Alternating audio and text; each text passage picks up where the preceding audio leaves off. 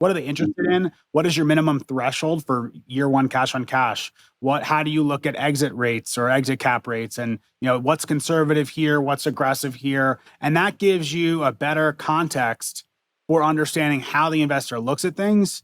And then you have that 10, 20, 30 conversations. All of a sudden, generally speaking, what the investor community is looking for and whether or not what you think matches that, because that's the most important part. And then you probably also now have a good number of people who will invest in your deal when you bring it up. So now you're not going to be as concerned or as stressed about, you'll still be pretty stressed, but you won't be as stressed about it because you say, hey, well, I talked to 30 people. 12 of them said that if I found something like this, I would, bring it to me. And then all of a sudden now I know, okay, well, 12 people said yes before the deal came. Maybe I've got a couple $100,000 right there of cash ready. So now I can go out and say, hey, I'm going to look for $1 million deal because I have a couple $100,000 of, sort of soft circle dollars. And I know that I've had 30 conversations. I can go have 30 more and get another couple $100,000 or another 30, so you have all that confidence. I would recommend that anyone looking to raise capital considers doing that sort of pre-selling process first.